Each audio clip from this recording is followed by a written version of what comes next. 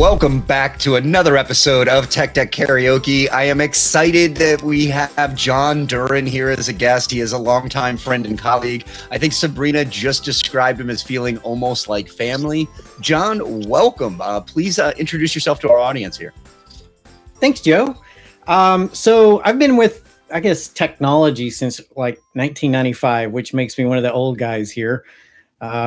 I've focused much of my career on Cisco switching, Cisco data center stuff. But for the last couple of years, I had an opportunity to move into the cloud world and really excited about where that's taking us and what that's doing for customers. I work with a system integrator VAR, which gives me a really unique opportunity to work with lots of customers across the board. But in my personal life, outside of that, I also do some podcasting on the side. So get a chance to do things kind of like what you're doing here. Thanks, Joe. That's excellent. Much appreciated, Jon. And Jon has already one-upped me. He got into IT a year before I did. So congratulations to Jon for having his first win of the show. Sabrina, that must please you immensely. We are starting off strong. Hi, everyone. Your impartial judge. I'm very excited for today. As Joe mentioned, I am a huge Jon Duren fan. If you're not following him already, you should be. And check out his podcast and follow him on LinkedIn. I have been told, I haven't seen the slides myself, but I have been told that there are some personal nuggets in there just for me. So beyond excited for today's show.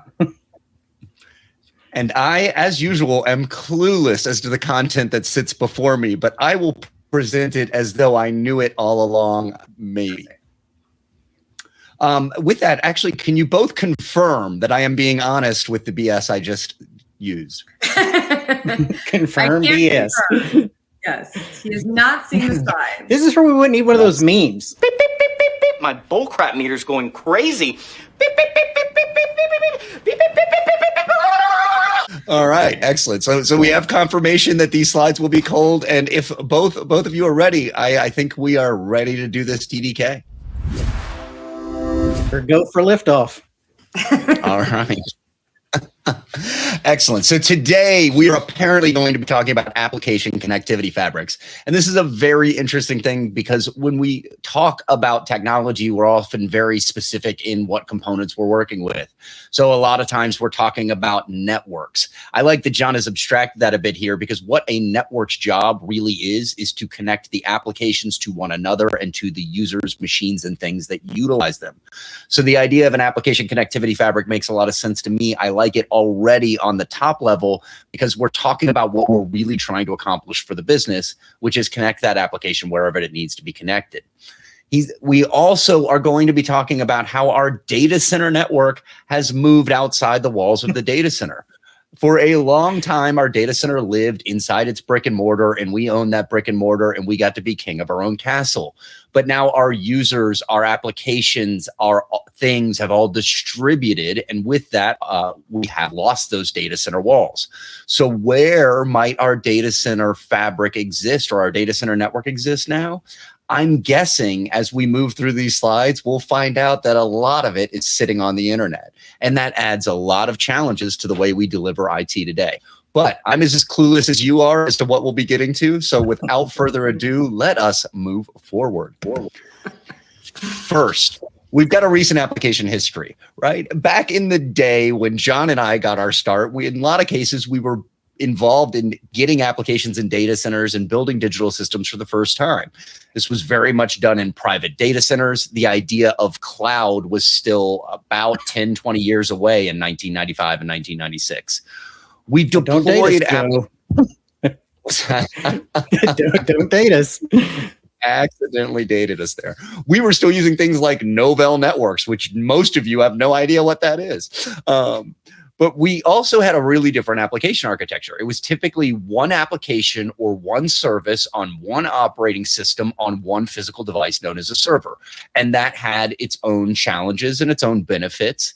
And then we were organizationally, as we moved this forward, started to evaluate cloud as that thing emerged.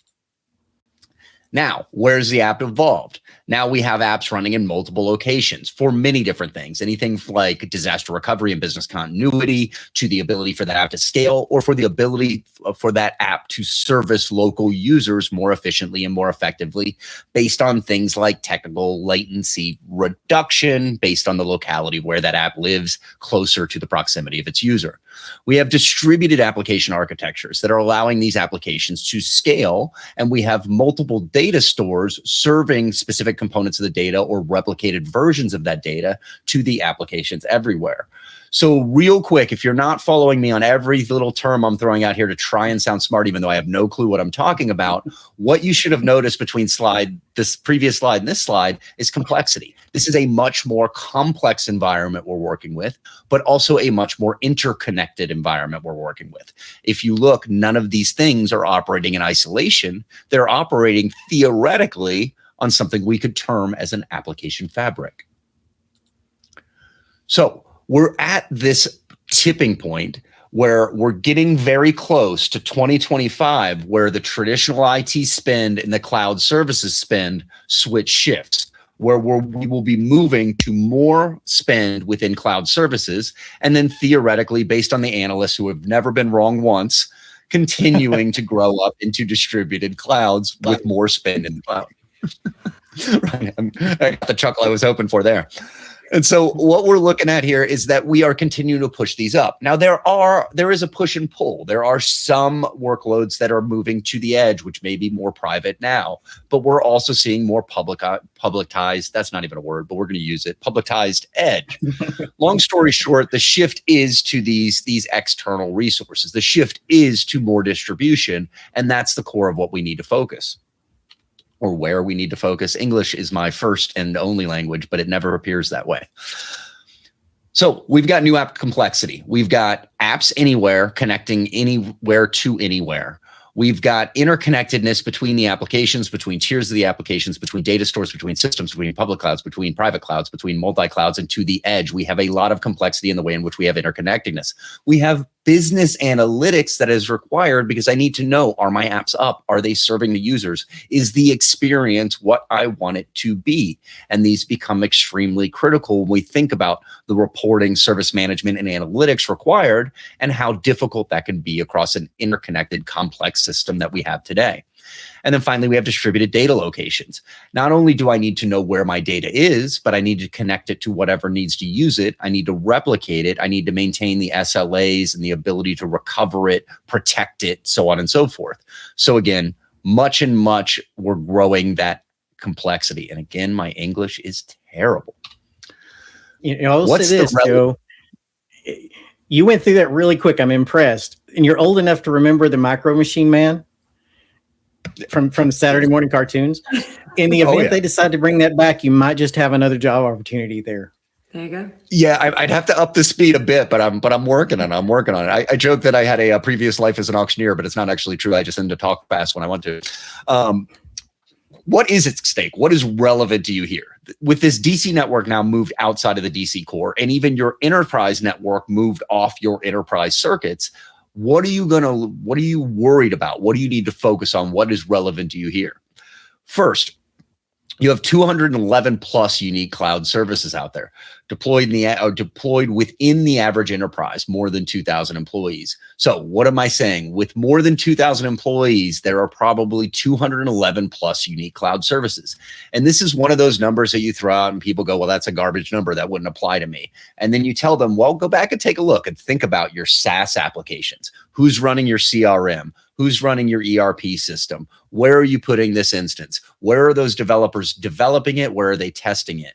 And when you start to look at that and all the supporting services, that 211 number will start to look a lot more realistic as you comprehensively think about how you're deploying IT today. 68% of the apps are deployed off premises. So well over half of our applications are living somewhere outside those data center walls, utilizing 211 unique cloud services. That is a lot of complexity, and it gets more complex as we break it down to what those apps look like today. These are no longer monster siloed apps sitting as a single pile of code on a mainframe. They are now 4 or more components or tiers creating that application. And the baseline easy way to think of that is a very basic 3-tier web app where we have a web tier, an application tier processing the data for that tier, and another data tier serving it up. So 3 components creating the one application that allows you to browse that website. That is now scaling up 4 and beyond. What are the business drivers driving these highly distributed deployments? So it comes in a lot of different forms, but we're going to speak at the business level here. So what are we talking about when it would be applicable to the boardroom or the executives that are responsible for deploying these services to customers? First, a lower total cost of ownership. What is it going to cost me? Sometimes the cloud is saving me money. Sometimes the distribution is saving me money. It may be doing so by the reduced cost of running a given component of an application or the entire application.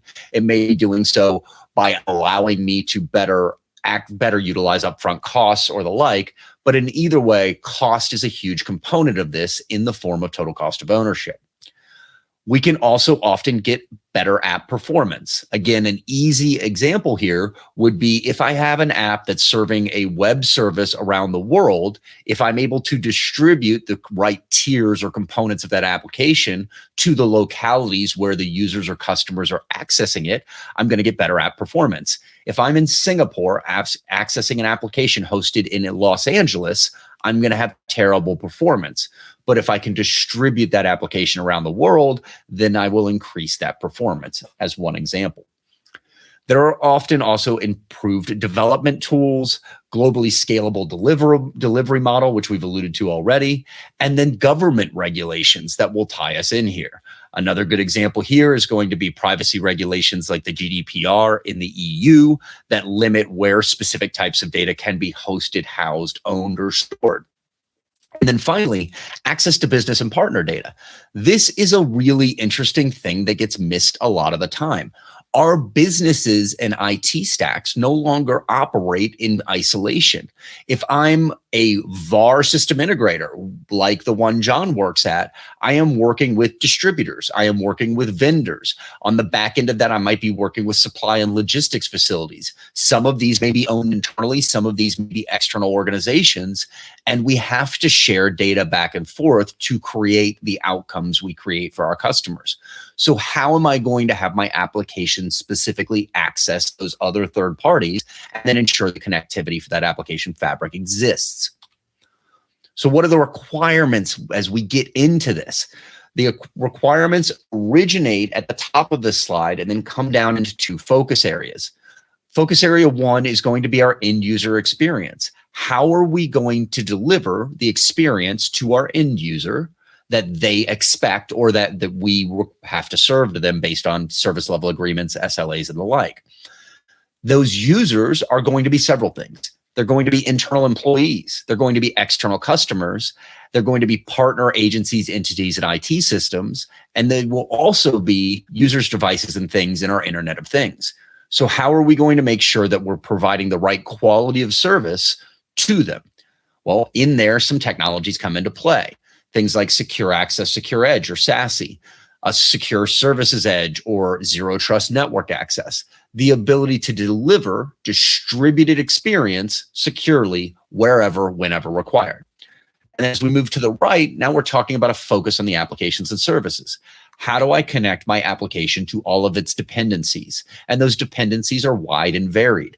Everything from things like Active Directory serving roles and groupings and security access controls to things like DNS or distributed naming system, network system. I'm drawing a blank on the acronym, but DNS serving up the ability to translate IP address into a usable name and other such type services.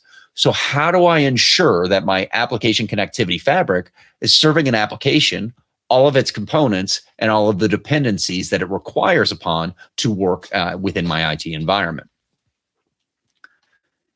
I can come to point solutions, right? There are point solutions that will help me with certain components of this. And when we talk about point solutions, we're talking about a tool to solve a single problem. If I have a nail and I need to put it into a stud, a hammer is going to get me by. But if I now need to put a screw in that stud, the point solution of a hammer will no longer work. So these are very tailored, specific solutions. Things like Azure Express Route, GCP Cloud Interconnect, or AWS Direct Connect can allow me to connect specific components to specific things as I need to with some light configuration changes. What they don't do is provide a meshed connectivity fabric. And when we talk about a mesh connectivity fabric, we're really talking about the ability for any node to communicate with any node, and especially do so in an agile or non-configuration requirement-based fashion. So when we look at these point solutions, while they can solve a piece of my problem, they're not going to solve the adaptability and agility I need as I migrate, change, shift, and grow over time. So we start to look into what are my real specifications. Well, we need a fabric that provides simple, secure, ubiquitous connectivity. And while that sounds almost mundane, that's the simplified upscale version of exactly what we need to do. Luckily, technology can help drive that type of a goal or that type of an outcome today. So what do we define the actual requirements below that high level goal? My connectivity should be on demand. It should be private. It should be secure. It should be able to peer both privately and publicly. It should be software driven for the agility I need, be able to provide that idea of full mesh connectivity or connecting any node, object, thing, user, application on the fabric to any other node, application, thing, or user on the fabric. Bringing in business partner interconnections and be globally accessible. And again, they sound daunting, they sound very challenging, but if I can achieve these things, then my business can move at the pace of business without relying on IT to play catch up. And the technology supports these specifications as an actual business outcome today. And that is where I'm going to end this. Jon is going to recap this with a little more information, but more importantly, Jon is going to recap this with some expertise of actually what he's speaking about. But with that, Jon, how would you say? Did I get it 100% correct? Best presentation you've ever seen? Not even close. But in fairness, in a previous episode, you did have DR Carlson on, and to compare anything after DR's been on one of your shows would be really, really difficult. Yeah, he knows his stuff, but he's just a brilliant orator and communicator. Indeed, he is someone I look up to for all my inspiration around presenting skills. Oh. Yep, he did good. There was only one area where you really kind of went off of what I would say script. And your story was still correct. It just, we led you astray. How about that? Oh, I appreciate that. No, I spend a lot of time off script. That is really what my comfort zone. Yeah, that's good. That's one of those great quotes. Life begins at the edge of your comfort zone. Yep. Yeah. I don't, honestly, I don't think I ever took time to find my comfort zone. So I've never lived there at all. I don't think you have one, and I don't think around you is one. No. That's very fair. Yeah, that's a great assessment. All right. So Sabrina, our impartial judge, how are we doing so far?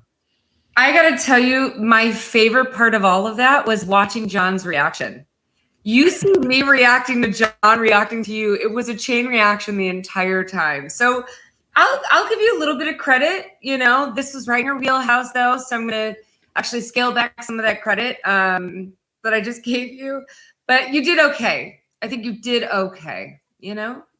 Sure. All right. That's all right. I mean, okay is an improvement over 95% of my life. So that'll work. There you go. So it's a win-win. I'm very much looking forward to Jon presenting it correctly now. I am actually looking forward to learning something. So Mr. Duren, are you ready to show us how this is done? I am indeed. Fantastic, sir. The floor is yours. What's interesting about this deck, Joe, is this is more of intended to be educational, because for many of the customers we work with and talk with on a daily basis, this is not an area they realize is a problem yet, but they are feeling the pain of not having it deployed correctly. So we're trying to bring to light an issue that many customers have, but don't necessarily realize that they have. All right. So are we ready? Can we jump in? Yes, sir. So Alrighty. So you hit it on the nail here. The real piece is the data center network really has moved outside the walls of the data center. And what we want to talk about today is application connectivity fabrics, because the reason we built data center networks wasn't because we loved hooking servers together. We built data center networks because the applications were important to the business and we had to provide for the requirements of the applications. So let's talk about what it takes to do that today and where that has come from in the past.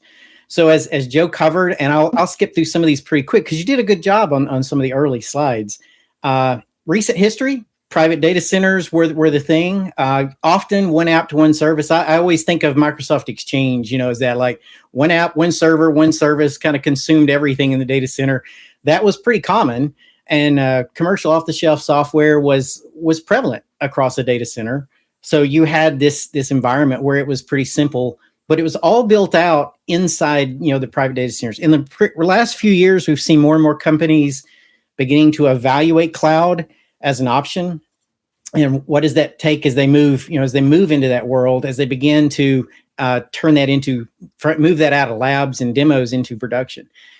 So the apps themselves have evolved too. So at the same time, we've seen this evolution being driven by the hyperscalers and the web scalers and these big cloud titans driving more and more companies to compete. They're having to have their applications deployed in multiple locations. We have this distributed app architecture. Joe, you nailed it when you talk about global. Companies that used to compete in a region now, to be able to be truly competitive, have to have a global market. And to do that, your apps have to be performant. Again, I'm going to use create an English word here, around the world and in different regions, places. But that creates issues with data stores, because now my data's got to be at least close enough to be feasible and usable. And we have, as you mentioned later on, the concept of things like GDPR. There are certain countries of the world where the data I create in that country has to stay in that country, which means that now my apps have to be in that country if they're going to use that data and process it. So the apps have evolved in a really dramatic way just in the last 3 to 5 years. And I think the pandemic was a significant cause of that, but there's lots more to it. There's just so much more global marketplace competition driving companies. And I love this stat. What's interesting, and Joe, you said, you love how stats come from perfect companies who always know the right answers. But what's interesting about this one is, as we talk to customers, this is what we're hearing. This is not directly a stat from a big research agency, unless you call us research agency. But our customers are saying, they're watching their spend flip. They're getting close. Probably within the next 2 years, we're going to be at that point where more money is being spent outside the data center and even outside the corporate network. Think about that. The IT spend will be surpassed by cloud services. And an interesting aspect of that, which is not on this slide, which you couldn't have known, when you start thinking about what's the impact of that, that means that in a large case, IT is going to become more of a vendor manager than a technologist. Think about the impact of that as more and more of your services move outside. And John, there's an interesting thing that I always think of there is as that spend goes out to cloud services, it may not be happening with IT. It may be happening with the line of business, with development teams. It's coming outside of that original purview and silo. I think it just draws attention to the fact that IT should become that vendor manager more so to the rest of the company to retain the relevance and maybe even maintain that management control around those applications, regardless of where they're from. I would agree. So as these apps have scattered, distributed, the complexity has grown. You nailed this one really well, Joe. I will jump to the three little clouds on the right. I think the really interesting thing for me is as these apps went all over the world and all over SaaS, all over public cloud, literally out to the edge, bottom right, we have like a little factory with robots and cameras. There are reporting systems in the company that have to talk to all those data sets, that have to report from all those data sets. There are service management tools. I can't think of any customers that we work with that don't use something like Salesforce, ServiceNow, or Tableau. And tell me how that application would be useful if it couldn't access your data. And now your data and your applications are scattered all over the world. How do you provide performance to those applications? You've got to have a network that was designed for applications.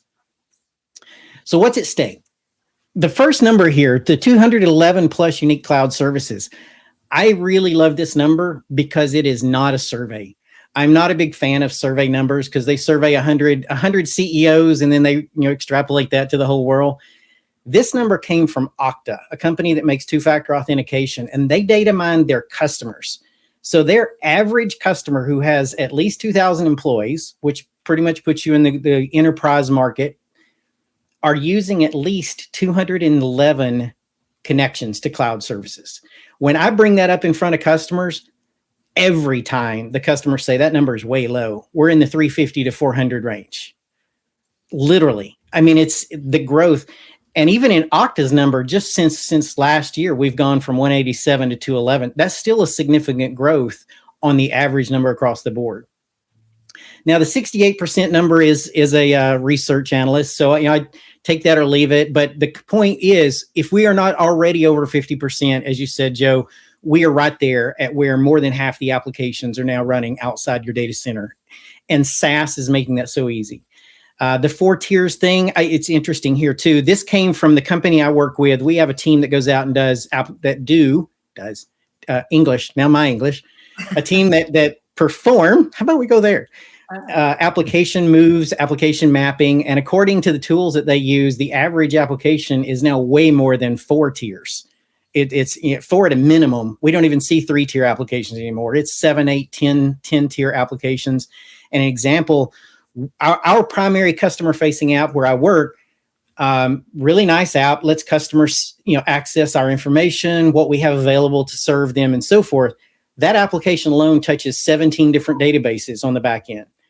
I mean, just the scale is tremendous on how these applications are distributed. So the business drivers, lower total cost of ownership is largely coming from the fact that as I move things out to SaaS, I'm not going to speak as much about cloud because I think a lot of that number is SaaS. But as I move things out to SaaS, I reduce my technical debt. I no longer have to maintain the infrastructure. I don't have to have the folks required to keep all of that together to run the apps. And those companies are building those SaaS type offerings in an elastic nature on elastic compute. So they have the ability to perform better and they're more distributed. They were by nature designed to be global apps.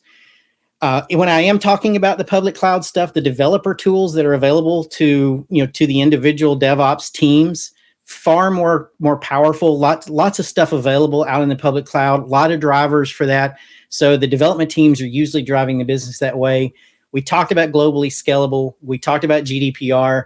And you really hit on the last one, which is also one of my favorites. And again, I'm going to kind of point back to DR Carlson when he was on, but access to business partner data is something I know that his company does really well. And that's really becoming more and more prevalent for our customers because as we move into things like data mining, data analytics, big data, large language models, chat GPT, all these things that are out there, it's great if you use your own data, but imagine how much better it is when you can enrich your data with data from your business partners. And I'll give you a simple example. Imagine if I am a retail company and I have warehouses and I have to get product to my store.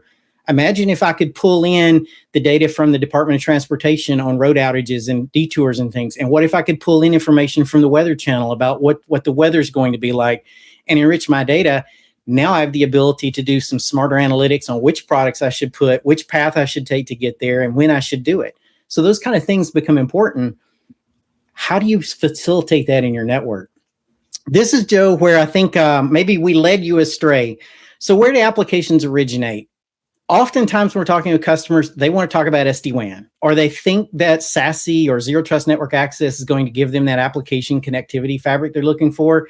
And at the end of the day, that wasn't what it was designed for. Those tools were designed to create an end user experience, and they take their requirements from the end user. If we're taking our requirements from the applications and services, those tools weren't designed for that. You don't use campus-based technologies in your data center to connect your apps together. You shouldn't use campus and WAN technologies like that to connect your applications together. So there's a whole world of these things, but at the core, they're intrinsically linked. We can't talk to a customer about building out an application fabric without understanding where their end users are and how they're connecting that in. So that linkage is critically important. But to decide on what you need to deploy, really have to understand where your requirements are coming from. As you said, Joe, there's lots of point solutions out there. Each one of the major providers have a direct connection type option. And those are great for customers who have one cloud. Maybe they're beginning in the cloud and they just need that connectivity, but they don't provide great options for connecting in all your SaaS options, all your other clouds, all of the other tools and business partners. So we need something more of that. Many of the customers we have that begin here realize as they begin to scale that this doesn't really meet their business needs anymore. And they start looking for something that's more akin to a fabric. So what does a fabric look like? Connectivity on demand is important. After I have that initial physical connection into the fabric, I should be able to add linkages, circuits, virtual connections, whatever you want to call them, to whatever service I need without having to go back to a telecom provider and wait 180 days for a circuit to be installed. Because business is moving rapidly, and I need those circuits in some cases this afternoon. Marketing says, "Hey, we have this big project. We want data from XYZ. Can you get it to me?" I should be able to go turn that up, which goes down to the fourth bullet, software driven. That fabric should also offer me the ability to make those changes to where I can even bake it into my own software. Imagine a world where I could go through my code and actually bring up the connection I need to a business partner, transact the business, and then bring it down. If my fabric could facilitate that, I also dramatically increase my security profile because I've reduced that threat vector. Private security for my own private landing zones into the public cloud providers is a must. That's table stakes. If I'm going to have a connection and I've got to displace direct connect, I need these. Public peering connectivity out to SaaS is equally important. If I am connecting just to the public cloud and I don't bring in that SaaS connection, then how is my Tableau going to get to my data in the cloud effectively? Because these are the performance issues you have to consider. And then lastly, the last two, business partners and globally accessible. I didn't list any partners, any specific vendors here in the deck, Joe, because this, as I said at the beginning, really far more of an educational. I want customers to understand they need to be considering and looking at where are their applications and how are they connecting their applications, because that is the world we're moving into. The data center network that you and I have built for years in the past that sat inside four walls is now literally a fabric scattered around the world that has to bring all these things together in a similar manner as it did when they were in those four walls. So that is connectivity fabric. But Sabrina, I know you do stand-up comedy. Oh boy. I know you like fun stuff. So I wanted to share something that my daughter and I do. We have these two things. I only cover one of them today. I'll share the other. But we do these two things. Should we pause a moment here? Do we need to switch back? No, well, go straight for it. Okay. So we do these two things. So one is she loves this concept we pull off the internet, random places of, if we were to name animals today, what would we call them? Have you seen any of this? I have not, but I'm very into it already. All right. So if we were to rename this animal today, what would you call this animal? Other than a raccoon, obviously. Boy. Take a guess. I don't. Fuzzy, I don't know, big eyes. I don't know. Fuzzy big eyes. Okay. That's fair. There you go, Trash Panda. I like that. Trash Panda. Very good. So survey says top 100 people on the internet who don't have a clue what they're talking about say Trash Panda is probably the most likely name. I think this is hilarious. All right. One more. Quite famous animal here. Right. What does this animal represent and what does it do? Well, in the US, it represents freedom, right? But it's also quite vicious and massive. So vicious protector? I don't know. Not too bad. Freedom glider. Again, awesome. Top 100 people who don't know what they're talking about on the internet surveyed says freedom glider. I was totally going to go with ornery scavenger. Ornery scavenger. Oh, there's some great ones. Like a hamster would be a furry potato, and quite possibly my favorite is a crocodile or maybe an alligator is an American murder log. The next one, Joe's face. What would we call Joe if we had to name him today? I would say something from Duck Dynasty, but I'm not sure what.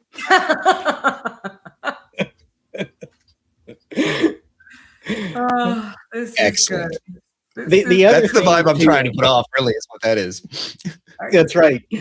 So the other one that she and I do, which I love the time I get to spend with my daughter. She's growing up, and every day and every moment spent is fantastic. But the other thing is we go download off the internet really badly described movies and take turns trying to figure them out. So I don't have a slide for it, but one of my favorites there is the concept of a group of people spend 9 hours trying to return jewelry. That's Lord of the Rings. But it's another one. You become a cancer survivor never loses his sense of humor. Deadpool. So some of these are great. We love to challenge each other. I thought I would share those because if you're looking for content for stand-up, I'm sure you could come up with your own ways to name animals or go through some movies. Our show producer Julia and I love to bash on Batman, and so one of our recent descriptions of Batman as a superhero is wounded boy beats up thugs to hide feelings. That's right. That's right. You're already part of the movement. Look at you. Finally ahead of the game. So John, I love the content, and I love a lot of what you went through there. It's such an interesting space. And I think you hear companies like Cisco say that the network is the foundation of digital transformation. And I love Cisco, but you have to take it with a grain of salt because apparently Cisco sells a lot of network stuff. But you hear companies like Equinix say the same thing. And you wonder, because like you think of Equinix as a colo, but I agree with both companies. And the reason is, if we start with a point solution like DevOps or Agile or whatever it is, whatever buzzword you want, then what we're doing is creating another disconnected entity that we don't have eyes on, that we don't have analytics around, that we don't have security around, that we're going to have to serve data, that we're probably replicating data to, that we end up with another set of problems. Whereas if we start by looking at that application fabric and the visibility reporting and stuff required within it, now as my business distributes, at least I have eyes on it. And then I can start to think about how things consolidate and change as I move forward. Yep. It's fun to talk about this stuff. I mean, the history, which Joe, you and I have some similar background with network data center. I love to see where it's headed. I love the impact cloud is having, but cloud is its own set of problems, and this isn't going away. The application's moving everywhere. It's a challenge. I think more companies need to take a serious look at and understand what are we doing and look at the requirements, look at where the requirements are derived. But I am obviously a fan and passionate about this interest. So. Yeah. Oh yeah, I agree. And it is fun to watch it change. It's always fun to watch kind of the pundits battle back and forth between it. I remember recently, I think it was Netflix, but if it wasn't Netflix, it was a hyperscale software as a service, something solution, right? And they were talking about how they were returning from extremely distributed microservices and building a large siloed app for one of their core applications. And so whenever you get an announcement like that from a leader like the company, you get the clowns on each side, and one side goes, you see, distributed applications were never going to work. It was a stupid idea in the first place. And then on the other side, the clowns say something like, oh, they're just dumb and they're going to regret it. And then somewhere in the middle, you get these really interesting voices who have an intelligent thought. And it's something to the effect of, if you look at what they really did, it was to distribute everything in a way to get the scale they needed and then take the measurements of how that application worked, which tiers did what. And now they have the data they need to bring it back together as one better performing, lower cost app. And I started picturing Voltron, to date myself again. If you look back to our childhood cartoon Voltron, you had all these different components that were individual superhero machines. And once they got into something that was a big enough job, they came together to form the giant Voltron, right? And that's the way I look at those. There were 5 lions. Let's get this clear, Joe. There were 5 lions. The original Voltron, the car Voltron doesn't count. That was somebody went crazy. Yeah. 5 lions that came together to form Voltron, right? Yeah. Okay. But yeah, and then that's the app, right? We've got all these these components, these things, and they all do a job. But once we understand the actual job required and we have the analytics of what's happening, we can form them together in some cases back into a larger, more siloed app to deliver better results. True. Very true. As long as we can connect it to its data and to the other apps that require on it. Which sounds like a good use for an application fabric. It does, doesn't it? So I was thinking about something, Joe. I know that you've been challenged, even specifically in the last 24, 48 hours with weather and things on your farm. It's interesting. You and I share an almost inverse sort of history. In your youth, you were in the military and learned procedure and how to get things done and all the process and stuff to make stuff work. Lots more, obviously, than that, not belittling anything that you learned there. But now in your more mature years, you are now farming. Well, I grew up and spent the formative years of my life on a farm. And now I'm trying to learn how to connect all that stuff to business and all the policy and procedures. So quite the reverse of your path here. Yeah. I think I think it goes back to the fact that I probably do everything in life backwards, and so that's what happened. But I am very much enjoying the experience of learning the hard way, and I have grown a huge respect for the generational knowledge required to truly understand what you're doing in agriculture. And like I remember being one of those guys that country songs sing about, honking my horn behind the tractor on the highway because they were taking too long to move their combine down the road. And now I'm just thinking about it and the amount of knowledge in mechanical engineering and fix it on the fly and everything that goes into that life. I have a whole new respect for them. Wow. That's the softer side of Joe Onisick. We saw it here first. That's very beautiful, Joe. That's really great. Oops. Philosophical Joe.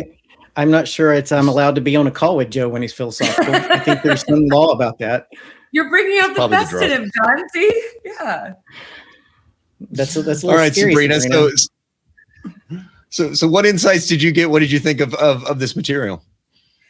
I will say there to John, to your point, there's a lot of overlap in the way you both see where the future's going and sort of where some of those business gaps are. What I like the most about what you did, John, is you kept relating it back to the business in very specific ways. I think it's so easy to overlook and think this is just an IT problem.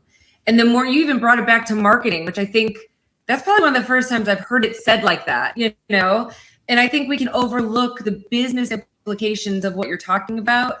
Your passion shined through all of this. You're insanely knowledgeable. Like I said, it kind of radiates off of you. Joe, I'm just really good at BS. Joe is good at BS. I'll give him that. Look, the whole premise of this show was to really show that folks who are maybe traditional, engineers or technologists, that there really is a business relevance to the things that they're talking about in a way that you can do that even when you're not deep experts. So Joe, you did that part really well. I commend you for it. I will say, John, there are a couple slip-ups. You accidentally said that you were impressed with Joe. I think at one point you used the word, you nailed it. I can't tell you that I'm proud of that. We're going to work on that in post-production, get that out. I needed that feedback. Thanks, Sabrina. I'll work on that. It is a personality flaw, I realize. That's right. You do see the best in everyone. I will say that. You really do. But I think overall you both did really a great job. But John, you clearly, you knocked this one out of the park. You definitely win this one. Well, thank you. Sorry, Joe. Sorry, Joe. You brought strong material, so I can take my loss, and I appreciate you seeing the diamond in the rough with your compliments. It was phenomenal content, and I love the way it ties into a lot of the other things we've been talking about, because we've had Tim Davis talking about tagging resources, and tagging resources is only great if I can take that tag and use it in a bigger system to understand what's going on, and that's analytics and reporting and the rest. We've had others come on and talk about how all this is tying together from maybe a DevOps perspective, or from a storage perspective, or from a ransomware perspective. But again, under all of that is I have to connect, I have to exchange the data, and I have to be able to gather the analytics and data and information or metadata about those connections to actually perform those higher level tasks. That makes us the plumbers. Yeah. But you know, the thing about being a plumber is you're extremely critical, even though everyone forgets about you when you're doing your job right. Yeah, I thought something about being a plumber was your crack had to show or something like that. But okay. No. You're the I was just evolved thinking, plumber, you know. Yeah, I think that's one of the problems with the network is with being on the network side of the world, right? Is when you're doing everything right, you disappear. Just like your plumber. You never think about your plumber until the toilet's overflowing. Yeah. So when this episode actually, is publicly aired, there'll be two people in a blank spot on the right because, I disappear, right? I'm the network guy. Doing my job. I don't even care. Have like a fade. We can put a picture of Mario in. We use AI to have Mario, right? And then we've got our plumber reference and he disappear. Have you seen some of those new AIs where the eyes follow you in the meeting? It's creepy, man. So please don't do that to me. Yeah. No, it's creepy. It hasn't quite moved past creepy into usable, but it's getting there. All right. Any last words from either of you two? John? Not for me. All right. Well, John, thanks again for coming. Sabrina, we were able to tolerate your presence yet again. And to our audience, we very much appreciate you. Thank you very much. And we hope you enjoyed this episode with Mr. Duren. Woohoo. Thanks all.